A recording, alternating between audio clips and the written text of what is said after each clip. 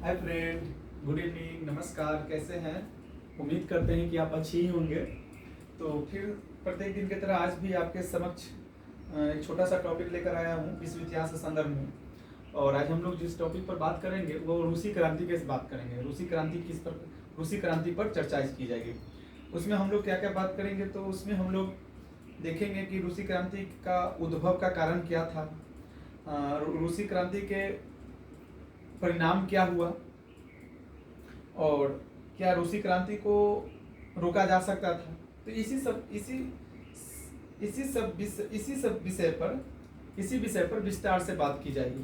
तो चलिए बिना सेशन को देरी करते हुए शुरू करते हैं। तो क्या है रूसी क्रांति? रूसी क्रांति कब हुई थी? 1917। देखिए, पहले तो जान लें कि क्रांति का अर्थ क्या होता है। क्रांति का अर्थ होता है कि किसी भी प्रांत में सभी स्तर पर व्यापक रूप से परिवर्तन हो जाना क्रांति कहलाता है। एक सिंपल तरीका में अगर हम कहें तो क्रांति कोई एक वर्गों के असंतोष से नहीं होता है, उसमें सभी वर्गों का असंतोष का समन्वय होता है और वही आगे चलकर क्रांति का रूप धारण करता है। और क्रांति का अगर सिंपल से अर्थ बताएं तो क्रांति का मतलब होता है कि राजनीतिक, आर्थिक, सामाजिक सभी स्तर पर परिवर्तन हो जाना, यानी कि जो पूर्व से आ रही व्यवस्था को समाप्त कर एक नए व्यवस्था को स्थापित करना क्रांति कहलाता है। बस वही प्रकार है रूसी क्रांति। अगर हम बात करें रूसी क्रांति की, तो रूसी क्रांति के पीछे का कारणों की अगर हम बात करें तो चूंकि प्रथम विश्व युद्ध का काल था और प्रथम विश्व युद्ध में सभी यूरोपीय देश व्यापक स्तर पर युद्ध में लड़ाई लड़ रहे थे और इस दौरान रूस भी इस युद्ध में शामिल होता है। अच्छा, रूस क्यों होता है? क्योंकि रूस अपने इज्जत जो होता है, इज्जत बचाने के लिए कि हम इतने बड़ा राष्ट्र होकर और विश्व युद्ध में हम शामिल ना हो, तो वो अपने अस्तित्व मतलब कि अपनी इज्जत को बचाने के लिए वो क्या किया कि वो युद्ध में कूद गया। उस समय रूस में कोई अच्छी मतलब कि रूस के अंदर कोई अच्छी सी व्यवस्था स्थापित नहीं थी। यानी कहने का मतलब है कि उस समय रूस का जो कंडीशन था कोई बेहतर कंडीशन नहीं था, आंतरिक कंडीशन जो था वो अच्छा नहीं था, कलह उत्पन्न था।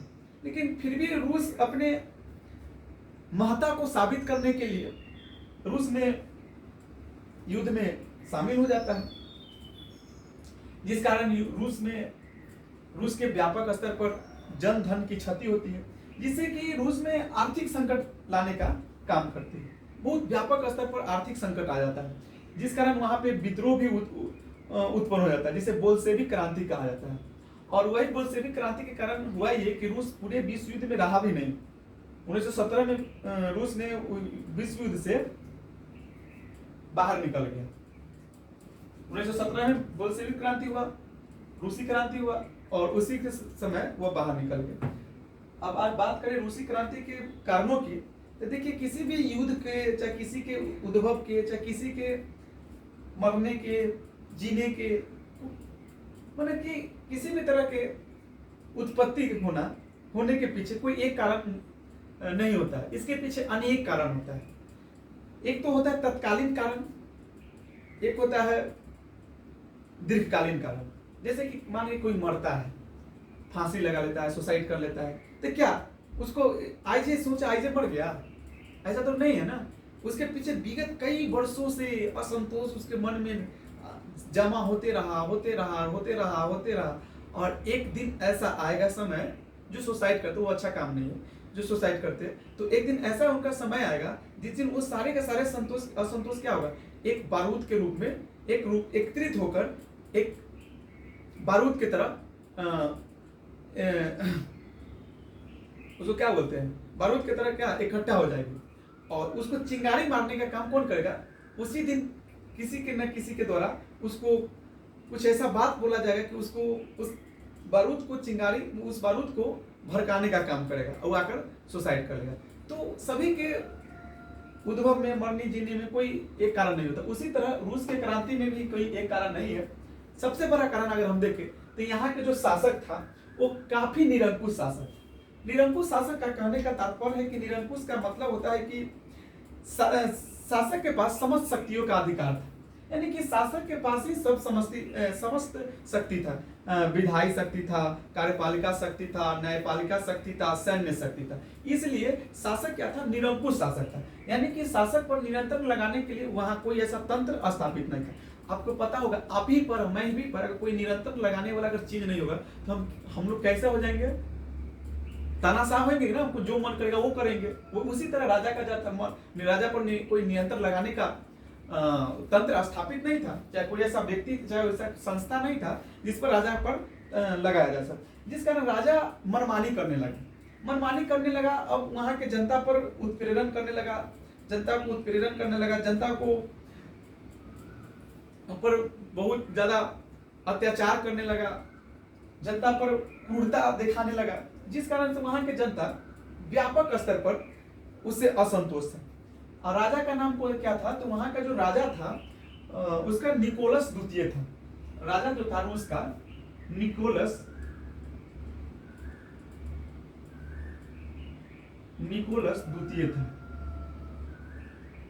द्वितीय था। ये कैसा राजा था? निरंकुश राजा था।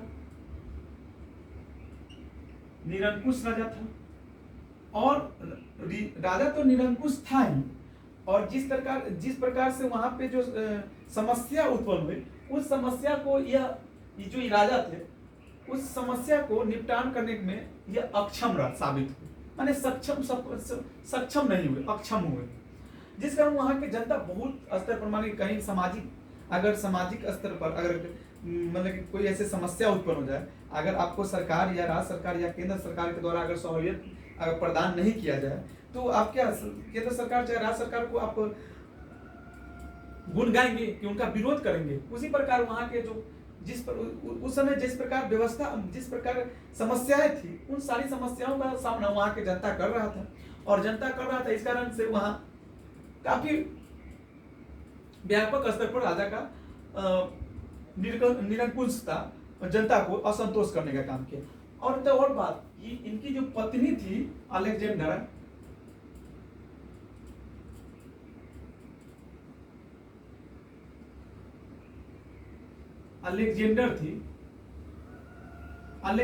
की पत्नी का वर्चस्व प्रभाव इस पर था, यानी कि जो भी इसकी पत्नी कहती थी वही राजा करता था।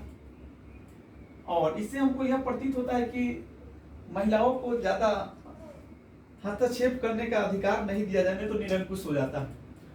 तो उसी प्रकार ये जो अलेक्जेंडर जो ही थी, वो उसकी पत्नी थी, उसका प्रभाव इस पर था। इस पर भी प्रभाव डालने वाला एक व्यक्ति था। उसका नाम था, भूल रहे हैं, स्लिप कर रहे हैं, उसका नाम क्या नाम था? पुतिन करके नाम था, कुछ पुतिन करका नाम था। पुतिन लिख देते, कुछ पुतिन नाम था।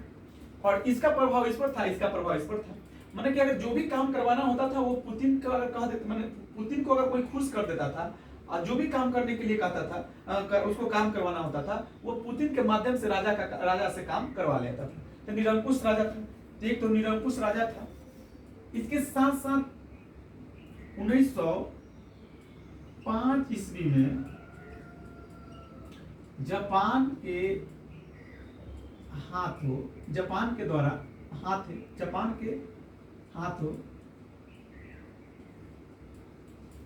रूस का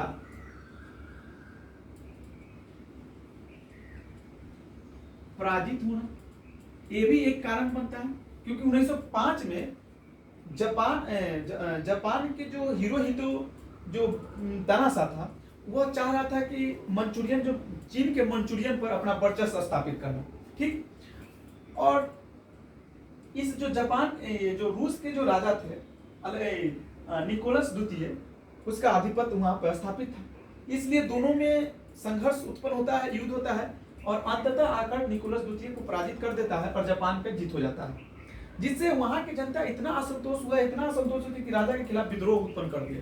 क्यों? क्योंकि अब वहां की जनता अब यह कहने लगा कि अब राजा हमें सुरक्षित भी नहीं रख सकता, कैसा राजा है, अब हमें सुरक्षा भी अब कि मतलब कि हमें सुरक्षा भी देने वाला अब कोई नहीं है। अब उसके कारण हुआ कि संवैधानिक सुधार की मांग करने लगी। अब राजा के साथ संवैधानिक सुधार, राजा से संवैधानिक सुधार का मांग करने लगा। वहां के लोग हम बोलने लगे कि हमें संवैधानिक सुरक्षा की जाए, संवैधानिक सुरक्षा किया जाए, क्योंकि वहां की जनता भयभीत हो गए कि अब राजा हमें अब सुरक्षा भी देने में असमर्थ है। इसलिए संवैधानिक सुधार की मांग की, लेकिन राजा शुरुआती समय में तो मानता नहीं है, क्योंकि यह जो निरंकुश राजा था यह संवैधानिक तंत्र के बहुत बड़ा विरोधी था। यह चाह रहा था जो परंपरागत जो आ रही जो विधियां वही स्थापित हो, यानी निरंकुशता ही बनी रहे। लेकिन जनताओं का तो बहुत एक तो असंतोष निकोलस द्वितीय के जो शासन व्यवस्था ने कर रखी थी, दूसरा असंतोष, उस असंतोष को तीव्र करने का काम 1905 के जापान के हाथों रूस का पराजित होना पड़ा। ये असंतोष को तो और तीव्र करने का काम किया, और इस दौरान राजा से संवैधानिक तंत्र की स्थापना करने की मांग करने लगी। लेकिन शुरुआती समय में राजा इनकी मांगों को स्वीकृति प्रदान नहीं की, जिस कारण वहां के जनता व्यापक स्तर पर विद्रोह करने लगे। अंततः आगे जाकर राजा इन विद्रोह को कंट्रोल करने, नियंत्रण लगाने के लिए राजा एक ढोंग रखता है। वो मैंने कहता है ना कि मन से वो नहीं चाहता था कि संवैधानिक सुधार किया जाए, लेकिन एक ढोंग रचा जाता है राजा के द्वारा, और संवैधानिक सुधार करने का एक्सेप्ट कर लेता है, यानी कि स्वीकृति प्रदान कर देता है। इस दौरान संवैधानिक सुधार किया जाता है, और संवैधानिक सुधार में ड्यूमा क्या है? तो वहां रूस के पार्लियामेंट को कहा जाता है, माने संसद को कहा जाता है। रूस के संसद को क्या कहा जाता है? ड्यूमा की स्थापना किया, और ड्यूमा में कौन सदस्य आएंगे, कैसे सदस्य आएंगे? तो राजा के द्वारा कहा गया कि जो समाज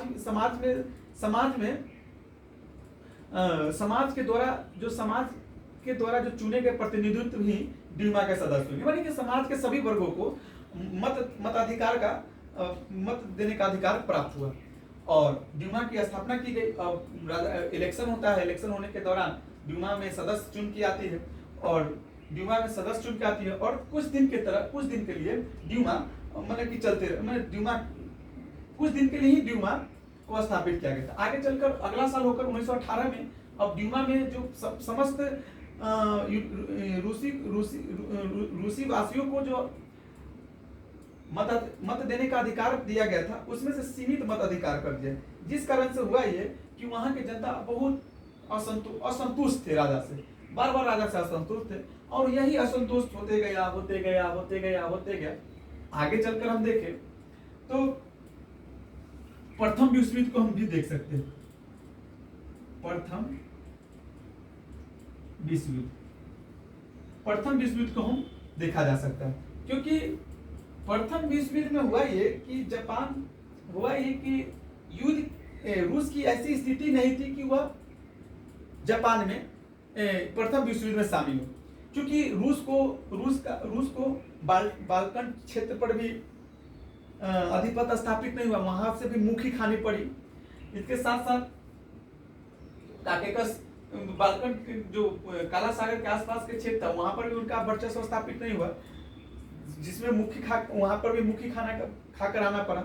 और रूस में हुआ यह था कि आर्थिक स्थिति चरमरा गई थी, यानी कि आर्थिक स्थिति इतना चरमरा गई थी कि वहां के जो जनता बहुत आर्थिक स्थिति से कमजोर हो गई, और जिस कारण वहां रोजगार, बेरोजगारी, भूखमरी, इन सभी समस्याओं से वहां की जनता सामना कर रही थी। और इन समस्याओं से निकालने का काम निकोलस द्वितीय के द्वारा नहीं किया जाता है, क्योंकि यह राजा तो था विलास, मतलब कि विलासिता का जिंदगी जीता था।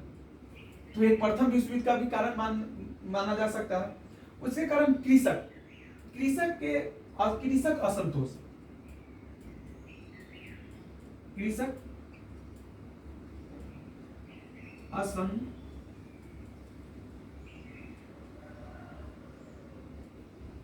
असंतोष। अब कृषक किस प्रकार से असंतोष हुए? तो चूंकि देखिए रूस था कृषि प्रधान देश था, क्योंकि रूस का क्षेत्र बहुत विस्तार है, विशाल क्षेत्र है रूस का, बहुत विस्तार रूप से मतलब रूस का जो विस्तार है काफी व्यापक स्तर पर है, और वह कृषि प्रधान देश हुआ करता था। और रूस में जो एक्चुअली अगर शुरुआती से भी देखा जाए तो रूस में उतना औद्योगिक क्रांति नहीं की गई थी। अगर 19वीं सदी या 20वीं सदी 19वीं सदी में अगर देखें तो रूस में कोई व्यापक स्तर पर जिस प्रकार से यूरोपीय राष्ट्रों में औद्योगिकरण किया गया, उस प्रकार से रूस में नहीं किया गया था। और वहाँ के जो अधिकांश जो लोग थे वो कृषक थे, यानी कि वहाँ के जो लोग थे वह अधिकांश लोग का जो आजीविका का काम करता था कृषक करता था, और अधिकांश लोग कृषि क्षेत्रों में सम्मिलित थे, यानी कि कृषि क्षेत्र में शामिल थे। लेकिन वहाँ के जो समानती व्यवस्था स्थापित था, वहाँ के जो रूस के समाज दो वर्गों में विभाजित था। एक वर्ग था विशेषाधिकार वर्ग, एक वर्ग था विशेष जो उसे निम्न वर्ग कहा जाता था, और दास्ता को मतलब कि जो निम्न वर्ग को कहा जाता था, मैंने निम्न वर्ग हुआ करता था। और वो निम्न वर्ग जो था वो कृषि क्षेत्र में वह शामिल था। कृषि क्षेत्र में उन्हीं के द्वारा कृषि किया जाता था। तो क्या हुआ कि जो इनके पास कृषि नहीं था, अधिकांश जो जमीन था वो किसके पास था? सामंत के पास था। और सामंत क्या करते थे? सामंत क्या करते थे? इन पर कृषि उपज का कर अधिक डालने लगे और उत्पादकता में कमी आने लगी, जिससे ये कर देने में असमर्थ होने लगा। और इसके साथ साथ उत्पादकता में तो कमी हो ही रही थी, और वहां की जनसंख्या में वृद्धि हो रही थी। और इस राजा के द्वारा ये जो चुट्टा, इसके द्वारा कोई भी इसके लिए उपबंध नहीं किया गया था, जिस कारण ये भी भड़क गए। अब भड़कने के कारण क्या हुआ कि ये भी विद्रोह करने के लिए शुरू हो गए। इसके बाद एक चीज और हम देख सकते हैं इसमें, मजदूरों का इकट्ठा,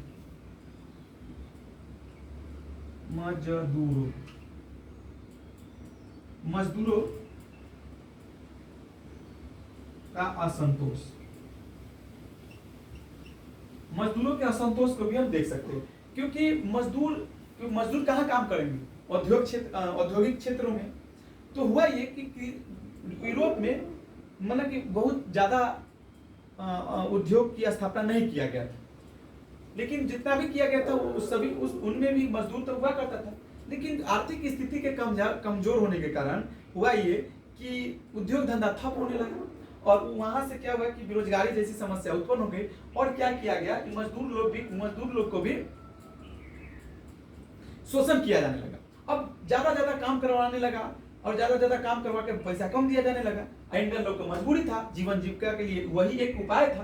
तो इसलिए हुआ ये कि मजदूर भी असंतोष थे, और मजदूर को असंतोष को उत्तेजित करने का काम वहां के कुछ विचारकों ने दिया।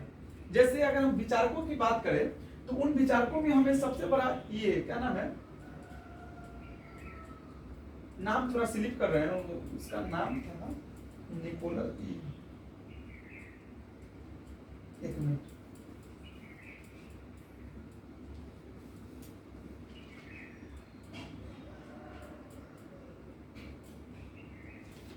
नाम इसमें नहीं, नाम था कुछ था।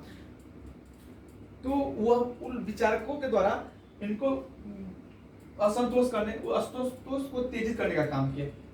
और जो मध्यम वर्ग थे वो भी राजा से असंतोष थे।